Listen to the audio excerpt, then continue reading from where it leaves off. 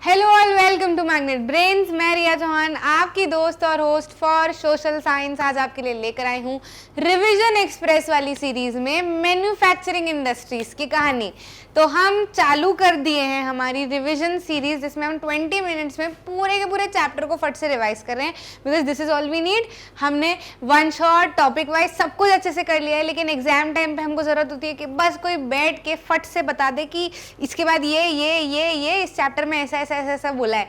तो मतलब हमारा पूरा क्या हो जाएगा, एकदम पॉलिशिंग हो जाएगी चैप्टर की। लगता है कि नहीं? तो बस ये आपको लग रहा है और हमने आपके लिए कर दिया। बात कर लेते हैं मैन्युफैक्चरिंग इंडस्ट्रीज की। इसमें बेसिकली आपको इंडस्ट्रीज के बारे में बताया हुआ है, जो कि ऐसी इंडस्ट्रीज जो कि रॉ मटेरियल को फिनिश्ड गुड्स में बनाती है। ठीक है, रॉ मटेरियल को फिनिश गुड्स में बनाना is only known as manufacturing. और ऐसी इंडस्ट्रीज जो मैन्युफैक्चरिंग का काम करती है, वही इंडस्ट्रीज क्या कहलाती है? मैन्युफैक्चरिंग इंडस्ट्रीज कहलाती है। किसी भी देश के डेवलपमेंट के लिए काफी ज्यादा जरूरी होता है कि उस देश में ज्यादा से ज्यादा मैन्युफैक्चरिंग हो, है ना, ज्यादा से ज्यादा रॉ मटेरियल को वेराइटी ऑफ फिनिश गुड्स में कन्वर्ट कर लिया जा सके। तो इसके काफी ज्यादा इंपॉर्टेंस होते हैं। कोई भी देश हो, मैन्युफैक्चरिंग के काफी ज्यादा इंपॉर्टेंस। एक तो पहला कि लोग जो है वो एग्रीकल्चर के ऊपर जो डिपेंडेंट होते हैं इनकम के लिए, अब उनके पास में नया सोर्स आ जाता है इनकम का, वो मैन्युफैक्चरिंग इंडस्ट्रीज में भी क्या कर सकते हैं, काम कर सकते हैं। साथ ही साथ में इकोनॉमी के ऊपर काफी अच्छा इम्पैक्ट पड़ता है। क्यों? क्योंकि जब हम मैन्युफैक्चर करते हैं चीजों को, उनको एक्सपोर्ट करते हैं, इम्पोर्ट करते हैं, तो उससे हमको मच नीडेड फॉरेन एक्सचेंज मिलता है ना। मैंने अभी जो आपको बताया कि ये सबसे बड़ा इंपॉर्टेंस है क्या, कि जितना ज्यादा कोई भी कंट्री अपने रॉ मटेरियल को number of variety of finish goods में कन्वर्ट करेगी, वही कंट्रीज क्या कहलाती हैं, सबसे ज्यादा डेवलप्ड, या फिर कहा जाए तो डेवलपिंग स्टेज से बहुत जल्दी डेवलप्ड स्टेज में भी परिवर्तित हो सकती है। और मैन्युफैक्चरिंग इंडस्ट्रीज जो है वो किसी भी देश की पॉवर्टी, अनएम्प्लॉयमेंट हटाने में भी काफी ज्यादा मदद करती है। क्योंकि जब आप बहुत सारे रॉ मटेरियल्स को बहुत सारे फिनिश गुड्स में कंप्लीट कन्वर्ट करने की कोशिश करोगे, तो उसमें आपको लोग, मैन, ह्यूमन, लेबर, मशीन्स, सारी चीज़ों की जरूरत पड़ेगी, जो कि लोग ही करेंगे, है ना। तो लोग क्या होंगे, ऑक्यूपाई होंगे इसके अंदर, उनको पैसा मिलेगा, तो इससे पॉवर्टी, अनएम्प्लॉयमेंट सब कुछ धीरे धीरे क्या होगा, इरेडिकेट होता चला जाएगा। ठीक, अब इसमें ना आपको एक और चीज़ बताई हुई है कि ये इंडस्ट्रीज जो है इनका नेशनल इकोनॉमी के अंदर क्या इम्पैक्ट है। तो इसमें आपको दो चीज़ बोली है, एक तो जीडीपी में क्या इसका शेयर है मैन्युफैक्चरिंग इंडस्ट्रीज का, साथ ही साथ में जो ग्रोथ रेट है वो क्या है। तो अगर जीडीपी में मैन्युफैक्चरिंग के शेयर की अगर हम बात करें, तो इंडिया में देखा गया है 17%, मतलब जो हमारी टोटल जीडीपी है उसके अंदर 17% जो है वो मैन्युफैक्चरिंग इंडस्ट्रीज का क्या है, शेयर है ना, जो कि काफी कम है दूसरे देशों के मुकाबले। ऐसा देखा गया है कि दूसरे देशों में 25 से 35% तक का जीडीपी में शेयर होता है ना, लेकिन हमारे यहाँ पे 17% ही है। वहीं अगर हम ग्रोथ रेट की बात करें, तो अभी हमारा जो एनुअल ग्रोथ रेट है वो कितना है, 7% पर एनम, है ना। कितना है? 7% पर एनम। लेकिन हम चाहते हैं कि ये जो ग्रोथ रेट है ये 12% या 13% पर एनम पे आ जाए। तो इसी के लिए हम बहुत सारी चीज़ें अलग अलग कर रहे हैं, कोशिश कर रहे हैं कि ऐसे नहीं ऐसे बढ़ाया जाए, ऐसे नहीं ऐसे बढ़ाया जाए। तो हमने क्या किया है, NMMC जो है ये भी बिठाई गई है, कमेटी बिठाई गई है, ताकि क्या हो, ये जो हमारा ग्रोथ रेट और जीडीपी में शेयर का जो टारगेट है ये क्या हो, पूरा हो सके। ठीक, तो ये दो चीज आपको contribution of industry to national economy में डिटेल्ड में समझाई हुई है। इंडस्ट्रियल लोकेशन क्या होती है? इंडस्ट्री को सेटअप करने के लिए जो लोकेशन होती है वही इंडस्ट्रियल लोकेशन कहलाई जाती है। अब इसमें आपको ना चीज़ें सोचनी पड़ती है कि आपको कहाँ पे कौन सी इंडस्ट्री सेटअप करनी है। तो सबसे बेसिक चीज़ इंडस्ट्री को सेटअप करने के लिए देखना होता है कि भाई लेबर आसानी से मिल जाए, सस्ते दाम पे मिल जाए, ताकि क्या हो, प्रॉफिट ज़्यादा से ज़्यादा बचे, है ना। जो गवर्नमेंट पॉलिसीज़ हैं वो लीनियंट हो, ज़्यादा स्ट्रिक्ट ना हो, ताकि अपने हिसाब से काम किया जा सके। ठीक, कॉस्ट ऑफ प्रोडक्शन जो है वो क्या हो, मिनिमम हो, ताकि प्रॉफिट ज़्यादा अच्छे से बच सके। मार्केट से क्या हो, पास में हो, रॉ मटेरियल आसानी से आ जाए, ट्रांसपोर्टेशन इजीली हो जाए। यही क्या होती हैं इंडस्ट्रियल लोकेशन के कुछ फैक्टर्स हैं जो कि देखे जाते हैं before setting up any industry. तो इंडस्ट्रियल लोकेशन में आपको कुल मिला के मैं बता रही हूँ, ठीक है, मैं आपको ऐसे लिखा तो बहुत बहुत सारा गया है पूरे पूरे पैराग्राफ में, लेकिन एक कस होता है ना हर टॉपिक का कि इसके अंदर ये बात कही गई है, तो ये बात मैं आपको मेन बता रही हूँ जिसके ऊपर से आपको क्वेश्चन भी पूछे जा सकते हैं, है ना, और जिससे आपको मदद भी मिलेगी। इंडस्ट्रियल लोकेशन में कुल मिला के आपको यही चीज बताई है, ठीक है। बेसिक अगर कोई सा की रोल अगर हम बोले इंडस्ट्री सेटअप करने का, तो एक तो हमारी होती है कॉस्ट ऑफ प्रोडक्शन और दूसरा होता है गवर्नमेंट की पॉलिसीज, है ना। ये दोनों क्या होनी चाहिए, लीनियंट होनी चाहिए या सस्ती होनी चाहिए। समझ में आया। क्लासिफिकेशन ऑफ इंडस्ट्रीज की हुई है ना, अलग अलग तरीके से इंडस्ट्रीज को क्लासिफाई किया हुआ है। सबसे पहले तो किया हुआ है किस बेसिस पे कि रॉ मटेरियल जो है वो कहाँ से मिल रहा है, सोर्स ऑफ रॉ मटेरियल। तो रॉ मटेरियल एक तो एग्रीकल्चर से मिल जाता है, दूसरा मिनरल से मिल जाता है, तो एग्रो बेस्ड इंडस्ट्री होगी, मिनरल बेस्ड इंडस्ट्री होगी। दूसरा आपको बताया हुआ है मेन रोल के हिसाब से, है ना, तो मेन रोल के हिसाब से अगर हम देखें तो बेसिक इंडस्ट्री हो गई और कंज्यूमर इंडस्ट्री होगी, मतलब ऐसी इंडस्ट्रीज जो क्या करती है किसी सामान को कन्वर्ट करके फिर देती हैं, और ऐसी इंडस्ट्रीज जो कि डायरेक्टली सामान देती हैं, जैसे कि टूथपेस्ट वगैरह हो गए, है ना, तो ये डायरेक्ट सामान बनता है और कंज्यूमर तक बिकता है। बेसिक जो है वो बेसिक कुछ सामान होता है रॉ मटेरियल, उसको बना के फिर आगे बेचती है ना। इसमें हमने देखा था कैपिटल इन्वेस्टमेंट के हिसाब से भी लार्ज स्केल और स्मॉल स्केल इंडस्ट्री, फिर ओनरशिप के बेसिस पे हम देखते हैं इंडस्ट्रीज को, जॉइंट, पब्लिक, है ना, प्राइवेट और कोऑपरेटिव। ठीक, इसमें हम एक और देखते हैं on the basis of weight of raw material, कि रॉ मटेरियल का वेट कैसा है, अगर हैवी है तो फिर वो हैवी इंडस्ट्री और लाइट है तो वो लाइट इंडस्ट्रीज। ठीक है, समझ में आया। तो ये क्या है, क्लासिफाई किया हुआ है अलग अलग तरीके से। इस चैप्टर में हमको कुल मिला के दो ही चीज पढ़नी है, दो ही क्लासिफिकेशन, मतलब एक ही क्लासिफिकेशन पढ़ना है देखा जाए तो, on the basis of source of raw material, यानी कि एग्रो बेस्ड और mineral based industry. Agro based industry में हम पढ़ते हैं टेक्सटाइल, कॉटन, जूट और शुगर इंडस्ट्री। वहीं हम जो हमारी मिनरल बेस्ड इंडस्ट्रीज हैं उसके अंदर हम ये सारी इंडस्ट्री पढ़ते हैं। ठीक है, फिर उसके बाद में आपका क्या आ जाएगा, इंडस्ट्रियल पोल्यूशन और इन्वायरमेंटल डिग्रेडेशन, और ये कुछ नॉइस पोल्यूशन वगैरह इसी के अंदर टॉपिक है, और फिर उसको कैसे कंट्रोल किया जाता है ना। तो आपको शुरुआत के कुछ टॉपिक है जो मैंने आपको एक्सप्लेन किया, फिर नीचे नीचे हम फटाक से सारी एग्रो बेस्ड इंडस्ट्री पढ़ लेते हैं। इसमें सभी में आपको लोकेशन और चैलेंजेस की बात की है, लोकेशन चैलेंज, तो फट से मैं आपको सारी चीजें बता देती हूँ, है ना। टेक्सटाइल इंडस्ट्री जो है वो क्या है, ऐसी इंडस्ट्री है, सिर्फ और सिर्फ ऐसी इंडस्ट्री है जहां पर जो पूरा मैन्युफैक्चरिंग की चेन है वो कंप्लीटेड है ना, मतलब रॉ मटेरियल से लेके जो हमारा फिनिश गुड्स है वो पूरी तरीके से क्या हो जाता है, इसके अंदर बन जाता है, क्रिएट हो जाता है। तो ये क्या कहलाती है, हमारी टेक्सटाइल इंडस्ट्रीज कहलाती है। टेक्सटाइल मतलब वो टाइल्स नहीं होता, टेक्सटाइल मतलब आपका ये सिल्क वगैरह सारा कुछ जो होता है ना, ये सब टेक्सटाइल के अंदर आता है। ठीक, अब अगर हम बात करें कॉटन इंडस्ट्री की, तो बहुत समय से हमने कॉटन इंडस्ट्रीज में अपना क्या किया हुआ है, दबदबा जमाया हुआ है। क्या जमाया हुआ है, एकदम दबदबा जमाया हुआ है जोरदार तरीके से। हम क्या करते हैं, काफी हद तक कॉटन जो है उसकी बहुत सारी चीजें बनाते हैं, इंपोर्ट भी करते हैं, एक्सपोर्ट भी करते हैं, लेकिन काफी हद तक ऐसा देखा गया है कि भले हमने बहुत कॉटन ग्रो किया लेकिन फिर भी हमको कॉटन को इंपोर्ट करने की जरूरत पड़ती है। फिर इसके अंदर कुछ चैलेंजेस भी है कि भाई कॉटन फैक्ट्रीज में आपको पावर सप्लाई एकदम इरेटिक चाहिए, कंटिन्यूअल चाहिए, जो नहीं मिलता है। लेबर प्रोडक्टिविटी ज्यादा नहीं मिलती है, इनएफिशिएंट मशीनरी है, वो पुरानी जो चली आ रही है वही चली आ रही है। तो यही कुल मिला के आपको सारा कुछ कॉटन टेक्सटाइल इंडस्ट्रीज में बताया हुआ है ना। बेसिकली कॉटन टेक्सटाइल इंडस्ट्रीज वहां पर सेटअप होती है जहाँ पे ब्लैक सॉइल अच्छी होती है। तो महाराष्ट्र एक ऐसा एरिया है जहाँ पर कॉटन टेक्सटाइल इंडस्ट्रीज काफी शुरुआती दौर से सेटअप की गई थी, है ना। फिर अगर हम बात करें किसकी, जूट टेक्सटाइल इंडस्ट्रीज की, तो जूट टेक्सटाइल इंडस्ट्रीज में आपको क्या बताया जाता है, जूट टेक्सटाइल इंडस्ट्रीज में आपको बताया जाता है जूट के बारे में, मतलब ऐसी इंडस्ट्रीज जिसमें जूट एक रॉ मटेरियल है ना। तो जूट एक रॉ मटेरियल है, तो इसमें आपको हुगली बेसिन के बारे में बताया हुआ है कि हुगली बेसिन जो है उसके आजू बाजू बहुत सारी जूट टेक्सटाइल इंडस्ट्रीज जो है वो सेटअप है। पूछा गया है क्यों, तो क्यों पूछा गया है, तो क्योंकि फेवरेबल होगी तभी। अब इसमें आप कैसे बता सकते हो कि जूट को प्रोसेस करने के लिए पानी की बहुत ज़्यादा जरूरत पड़ती है। हुगली बेसिन में भरपूर पानी है ना, तो हमको कहीं से लाने की जरूरत नहीं, सस्ते में आराम से पानी वहीं के वहीं मिला हुआ है, वहीं के वहीं आपका पूरा का पूरा जूट प्रोसेस हो जाएगा। साथ ही साथ में नियर बाय एरिया में अपना कलकत्ता पड़ता है ना, तो वहाँ का ह्यूज मार्केट है ना, बैंकिंग, फाइनेंस, ये सब कुछ नियर बाय पड़ जाता है। हुगली बेसिन के अराउंड का एरिया है, वहाँ पे आपको रेलवे अपना रोडवे, ये सारा कुछ जो है वो नियरेस्ट पड़ जाता है, तो वो भी काफी अच्छा इजी हो जाता है आपको ट्रांसपोर्ट वगैरह करने के लिए। ठीक है, साथ में आप और क्या क्या बता सकते हो, जूट इंडस्ट्रीज में आप चैलेंजेस बता सकते हो। चैलेंजेस क्या है कि सिंथेटिक जो है, जैसे जूट है ना, तो जूट क्या है, बायोडिग्रेडेबल है। ठीक है, अपना ऐसा एक रॉ मटेरियल है जो कि आप बायोडिग्रेडेबल समझ सकते हो। अब इसके ऑल्टरनेटिव सिंथेटिक चीजें आ गई हैं, है ना, जैसे कि बहुत सारी चीजें आ चुकी है। अब जूट से क्या बनता है, अपने बोरे वगैरह बनते हैं जिससे हम सामान ले जा सकते हैं। वही सिंथेटिक में नायलॉन, पॉलिस्टर, ये सारी चीजें हो गई है, तो इसका कॉम्पिटिशन काफी ज्यादा है।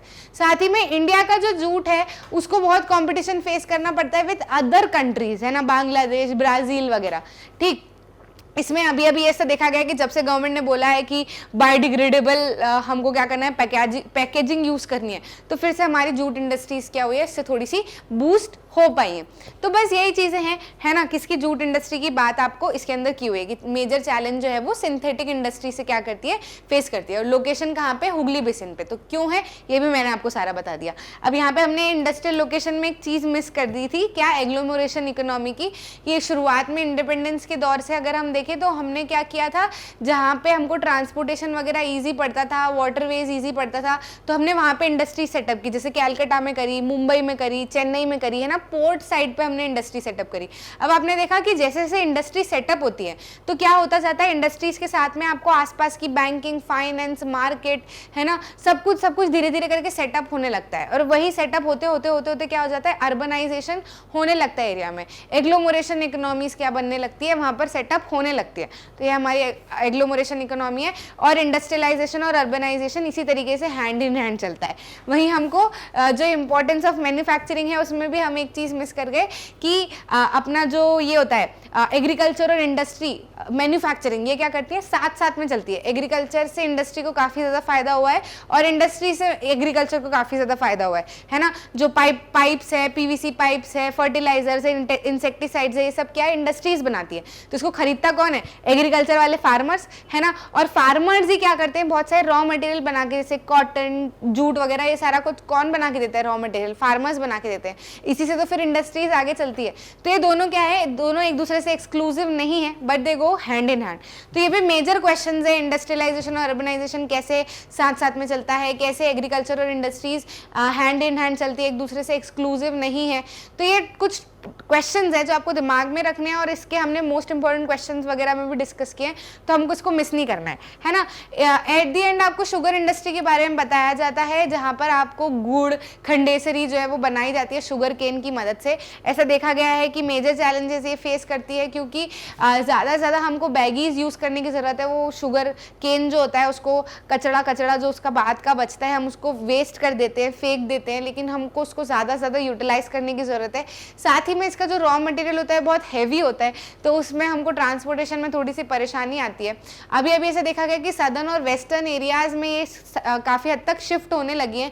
क्योंकि कॉपरेटिव्स काफ़ी ज़्यादा एस्टेब्लिश, और ऐसा देखा गया कि शुगर इंडस्ट्रीज कॉपरेटिव्स अच्छे से संभाल पाए हैं, है ना। साथ ही साथ में हम शुगर इंडस्ट्रीज के लिए कह सकते हैं कि सीजनेबल है नेचर में, जब शुगर केन आएगा तभी ये इंडस्ट्रीज अच्छे से चल पाएंगी, है ना। और पावर सप्लाई की वही प्रॉब्लम है, लेबर प्रोडक्टिविटी की प्रॉब्लम है ना। यही चैलेंजेस जो है वो कॉमन से चैलेंजेस जो सारी इंडस्ट्रीज फेस कर रही है। इनएफिशिएंट मशीनरी आपको इसके अंदर लिखना है कि ओल्ड तरीके से ही हम काम किए जा रहे हैं, इसके अंदर हमको तरीके न्यू लाने की जरूरत है ताकि हम ज़्यादा से ज़्यादा यूटिलाइजेशन कर सके और हमारी इंडस्ट्रीज अच्छे से चल पाए। तो ये क्या हो गई हमारी एग्रो बेस्ड इंडस्ट्रीज।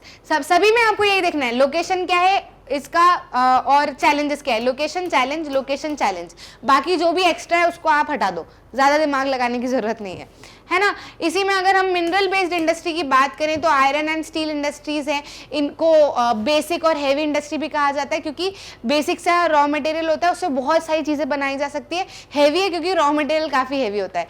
जितना ज़्यादा स्टील का प्रोडक्शन होगा किसी भी कंट्री में वो काफ़ी अच्छी डेवलप्ड होगी, क्योंकि स्टील जो है वो बहुत इंपॉर्टेंट है, उससे बहुत सारी चीज़ें बनाई जा सकती है ना। जो स्टील बनाने के लिए रेशो होता है वो आयरन और कोकिंग कोल, और इनका रेशो कितना होता है 4:2:1। आयरन और कोकिंग कोल और अपना लाइमस्टोन, इस रेशो में मिलाया जाता है तभी क्या बनता है, स्टील जो है वो आसानी से बन जाता है ना। चाइना और इंडिया जो है वो शुरुआत में साथ ही में बराबर से स्टील बनाते थे, लेकिन फिर ऐसा देखा गया कि चाइना और ज़्यादा आगे बढ़ गया, हमने ध्यान नहीं दिया। हमको बहुत ज़्यादा ध्यान देने की ज़रूरत है ओवर द स्टील मेकिंग, ताकि हमारी कंट्री में जो इसका एक हिस्सा है वो और अच्छे से स्ट्रॉन्ग चल सके। साथ ही में अगर हम एल्यूमिनियम स्मेल्टिंग की बात करें तो ऐसा देखा गया कि स्टील और आयरन क्योंकि बहुत हैवी हो जाते हैं, अब कोई सा ऐसा सामान बनाना है जिसमें हमको हैवीनेस नहीं लानी है लेकिन मेटल लगाना है, तो हम क्या कर सकते हैं, एल्यूमिनियम का यूज कर सकते हैं। और यही इसकी जो क्वालिटी है, मेलिएबिलिटी, डक्टिलिटी, इसकी मदद से काफी ज्यादा डिमांड में आ गया था मार्केट में, है ना। बॉक्साइट जो है वो इससे बनता है, मतलब अगर आप 4 से 6 टन का बॉक्साइट ले रहे हो तो आपको उससे 2 टन के अराउंड का एल्यूमिना मिलेगा, फिर उसको फर्दर प्रोसेस करोगे तो 1 टन का एल्यूमिनियम मिलेगा, है ना। तो बॉक्साइट से ये बनता है और काफी ज्यादा इंपॉर्टेंट होता है क्योंकि लाइट होता है, मेलिएबल होता है, डक्टाइल होता है, तो आप बहुत सारी जगह पर इन प्लेस ऑफ स्टील इसको यूज कर सकते हो, है ना। वही हम केमिकल इंडस्ट्रीज की बात करें तो केमिकल इंडस्ट्रीज काफी ज्यादा फैल चुकी है ऑल ओवर इंडिया, ठीक है। ये ऐसी इंडस्ट्रीज हैं जो कि खुद की कंज्यूमर है। आप देखोगे कि एक केमिकल को फर्दर प्रोसेस करके फिर ये नया केमिकल बनाते हैं, तो किसी केमिकल को यूज कर करके क्या कर रहे हैं, नए नए केमिकल्स बनाए जा रहे हैं। तो ये अपनी खुद की ही क्या होती है, कंज्यूमर्स होती है, देयर ओन बिगेस्ट कंज्यूमर्स।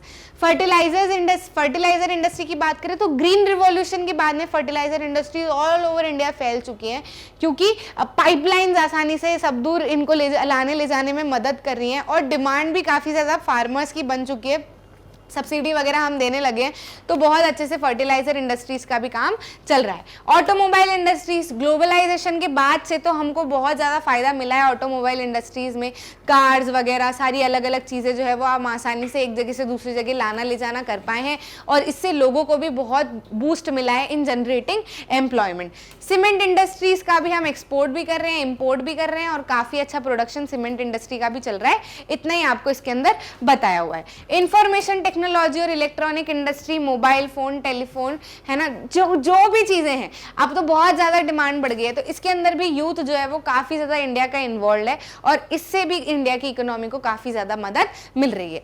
यही चीज़ें हैं, मतलब आप इन सारे टॉपिक्स का एकदम ना कस निकाल के चलो और इनको समझते रहो। अब देखो इतनी अच्छी इंपॉर्टेंस है इनके, तो हर चीज़ एक प्रोज भी लेके आती है, साथ में कॉन्स भी लेके आती है, तो इनके कुछ प्रॉब्लम्स भी है। जितना ज़्यादा इंडस्ट्री होगी उतना ज़्यादा स्मोक क्रिएट होगा और एयर पोल्यूशन होगा, जितनी ज़्यादा इंडस्ट्रीज होगी इतना ज़्यादा उनका क्या मिलेगा, वेस्ट निकलेगा और फिर उस वेस्ट लिक्विड को क्या करेंगे, पानी में छोड़ते रहेंगे तो वाटर पोल्यूशन होगा, गरम अनट्रीटेड छोड़ते रहेंगे तो थर्मल पोल्यूशन होगा, ठीक है। साथ ही साथ में बहुत ज़्यादा धड़ खड़खड़ करके आवाज़ें भी आएंगी, ठीक है। तो इसकी मदद से नहीं, इसके कारण जो है वो नॉइस पोल्यूशन भी होगा। तो ये पॉल्यूशंस आपको कुछ बताए हुए हैं जो कि जनरल हम शुरुआत से बचपन से पढ़ते आए हैं, तो इसके बारे में भी आप थोड़ा सा देख सकते हो। 2-1 नंबर में कभी आ गया तो आ गया, 3 मार्क्स में आ गया, या सारे के सारे पोल्यूशन पूछे तो 5 मार्क का क्वेश्चन भी इसमें से बन सकता है। अब इसको कंट्रोल करने के लिए बहुत सारे मेजर्स लाए गए हैं ताकि ये पोल्यूशन जो है वो कंट्रोल कर लिए जाए। एनटीपीसी भी इसके ऊपर काफ़ी हद तक ध्यान देता है। 3 तरीके से बताया गया है कि भाई इसको क्या करो, हर जो भी काम चल रहा है इंडस्ट्री में उसको प्राइमरी, सेकेंडरी और टर्शरी ट्रीटमेंट देना चाहिए। वाटर को बचाने के लिए रेन वाटर हार्वेस्टिंग करके वाटर का यूटिलाइजेशन करना चाहिए। ज़्यादा से ज़्यादा रीयूज होना चाहिए प्रोडक्ट्स ताकि कम से कम वेस्ट निकले और एनवायरनमेंट जो है वो डिग्रेड ना हो। बस यही चीज़ें हैं जो आप बचपन से पढ़ते आए हो, वही चीज़ें इसके अंदर बताई हुई है और कुछ अलग नहीं है। बस इंडस्ट्री से थोड़ी अलग है जिसमें आपको एक सिंपल सा फंडा बताना है हर इंडस्ट्री के अंदर, उसकी लोकेशन और उसके चैलेंजेस, है ना। मिनरल इंडस्ट्री में थोड़ा डिटेल्ड में कुछ अलग से दिया हुआ है जो हम डिस्कस कर चुके हैं, तो काफ़ी ईजी है।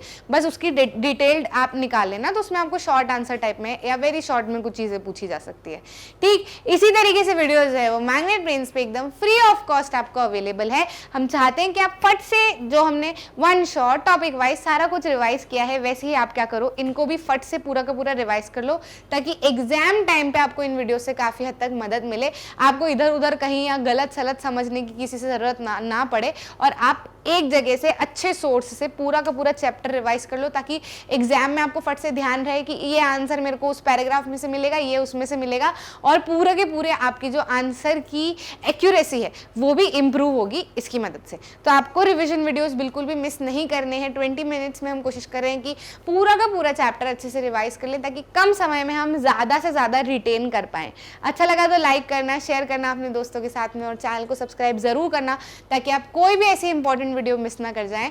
मिलते हैं अगले वीडियो में।